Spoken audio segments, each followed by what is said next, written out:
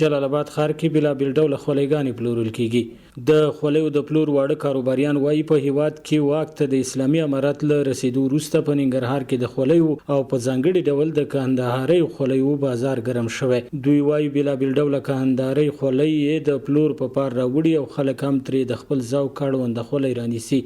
دې بازار ډېر ګرم دی. مخکې به هم سپینې خولۍ راوړې خو د هغې بازار ګرم و چې تیر نظام او په دې نظام کې سپینې خولۍ دومره څوک نه خوښوي نو دا کندهارۍ خولۍ خلک ډېرې خوښوي. صرف همدغه رنګینه خرڅېږي، دا سپینې ساده هم خرڅېږي خو دا زیاتره مدرسې او سپینګیرې خلک یې اخلي. زیاتره دا کندهارۍ خولۍ ډېرې وځي او دا سپینې ډېرې وځي. کندهارۍ خولۍ زیاتره ډېرې دا مجاهدین یې په سره یې پوه شي او سر سړی بس دا کندهارۍ خولۍ سره ډېره علاقه ساتي.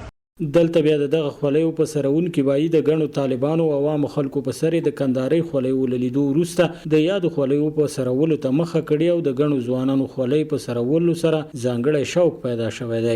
زه خپل هم د همدغې د خولیو ډېر سخت مینهوال شوی یم. تېر وخت چې به مې هېڅ نه په سر کوم مګر اوس که درته وایم چې په سر مې لکه یو څه چې مې ورک کړي داسې یو مینهوال شوی یم. ما خپل هم شوق دی په سر کړی یم ښه ورسره ښکارو روزانه ټول په سرې کندهاري خولیګانې دي ټولې په سرې یو روزانه. اوس د دې خولو رواج راغلی او بل پر شاد او دغه هم زیات دی او چا ورسره مینه ده.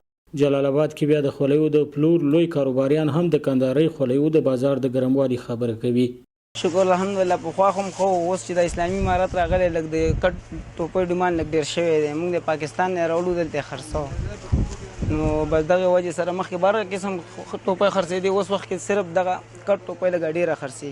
د یادونې وړ ده چې د خولۍ په سرول په افغاني ټولنه کې هغه دود دی چې سوونه کاله پخوانۍ مخینه لري. خو په ننګرهار کې تر دې وړاندې بیا په ګڼو سیمو کې سپینې خولۍ خلکو په سرول چې اوس پکې د کندهاریو خولیو په سرولو دود زیات شوی. سباون سایل، وحدت نیوز، جلال آباد.